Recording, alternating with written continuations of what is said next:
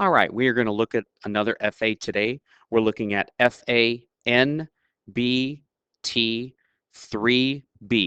Once again, NBT3B. The I can statement says, I can explain why a decimal greater than, less than, or equal to another decimal based on place value and the powers of 10. And this is a big review from last year, except when we get into the powers of 10, but this is review from last year. As fourth graders, you compared decimals a lot. So let's look at question number 1. We're comparing 34 and 208 thousandths to 34 and 28 thousandths. This one's a little easier to compare because there's the same amount of digits. So when you compare decimals, really all you want to do once again is line the decimals up. So I'm going to put 34 and 208 thousandths, and then 34 and 28 thousandths. And as you can see, I line my decimals up. And we talked about it this year, and I'm sure you talked about it last year. When you compare numbers, you want to start from the left-hand side of a number. The left-hand side of the number, the greatest single-digit value for place value of a number. So in this case, I want to start with the 3, okay? And they both have 3s, so I'm fine there. I'm going to mark them off. We go to the 4. They both have 4s. I'm fine there. I'm going to mark it off. Now you look at the next place value, and that's where they're different. Okay, so once I find the first place value that's different, all the other numbers really don't matter here. So the 08 here and the 28 here mean nothing. I just need to look at the 2. And I see that the 2 in the tenths is greater than the 2 in the zeros down here. So therefore, the 2 in the tenths here, this number is greater than that number. So I have 34 208 thousandths is greater than 34 and 28 thousandths. Now, looking at the next number, that's where it gets a little confusing, because unfortunately, when kids look at a number, they see 7 and 3/10, but they only see 3 numbers right here. I mean, excuse me, 2 numbers. And then they look over here and they see 7 and 33 thousandths, but it's a much longer number, and it's got 3 values that are non-zeros versus the first one that has just 2 values that are non-zeros. So right away you think, ooh, the more numbers, the longer the number, that's got to be greater. And in the case, some cases it may be, but once again, we still want to line the decimals up. So I have 7 and 3/10, and then I have 7 and 33 thousandths. Now, once again, I like to be neat here, so we're going to just put place value zeros in there. So we have a nice little neat picture right there. My decimals are lined up. I start on the left-hand side again. I compare the 7 and the 7. They're the same. So far, the numbers are equal value. Now I go to the tenths, and I have a 3 and a 0. So they're different. Once I find that they're different, that's when I can compare those 2 numbers. This right here, I don't care about. This right here, I don't care about. They mean nothing right now. So I look at this number, and the 3 in the tenths place value is greater than the 0 in the tenths place value. So 7 and 3/10 is greater than 7 and 33 thousandths. Going to the next problem. This was a little bit more difficult because it was a multi-step problem, because it wasn't just one number. You had to multiply 2 numbers together and then compare them. So in this case, I'm going to multiply 2 and 4/10 times 10 to the second power. And remember from the last 4 to 6 weeks that the power tells me which way I move the place value, and the multiplication sign tells me that I'm going to move it to the right. Okay, so I'm going to move 2.4 to the right 2 place values. 1, 2. Put my new decimal there. Won't have that.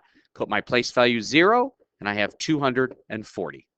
Now I need to look at this number over here. I have 24 hundredths times 10 to the third, but my exponent tells me I'm going to move it 3 place values, and it's multiplication, so it tells me I'm going to move it to the right.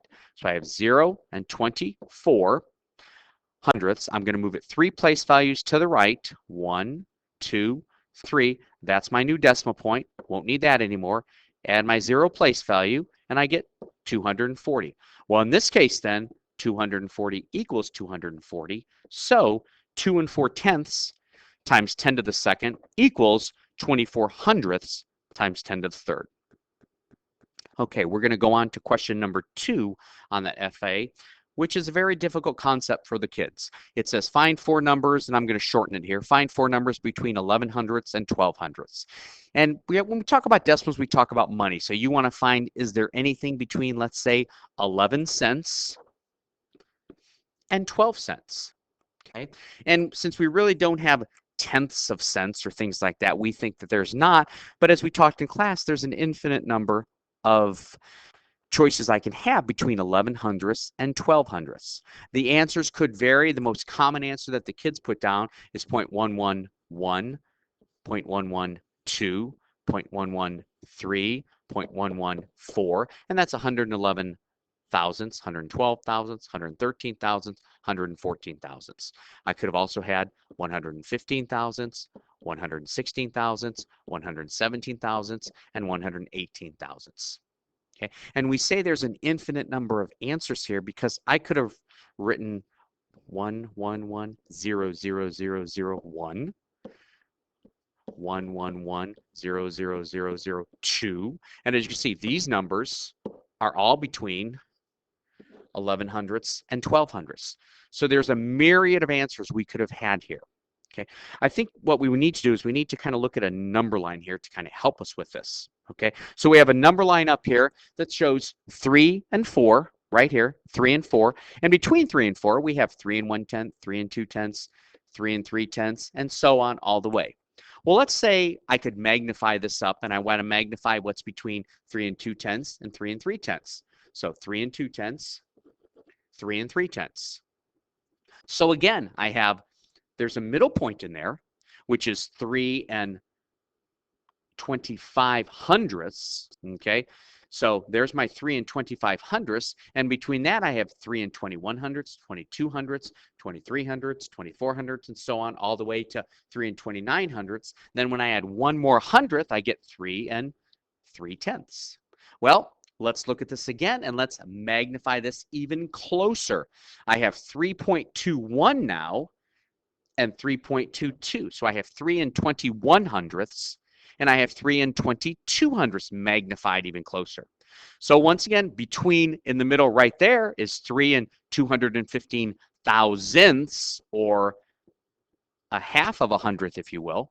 Okay, and I can also split that up to 3 and 211 thousandths, 3 and 212 thousandths, 3 and 213 thousandths, and so on, all the way to 3 and 219 thousandths. I add one more thousandth, and I get 3 and 220 thousandths. I can add a zero there and get 3 and 220 thousandths. Okay, so there are infinite number of numbers in here. We worked with the kids on the number line with this. We worked on the kids with just finding numbers in the middle, lining decimals up. This is a more challenging concept for the kids, but with practice, most of them did an awesome job with this.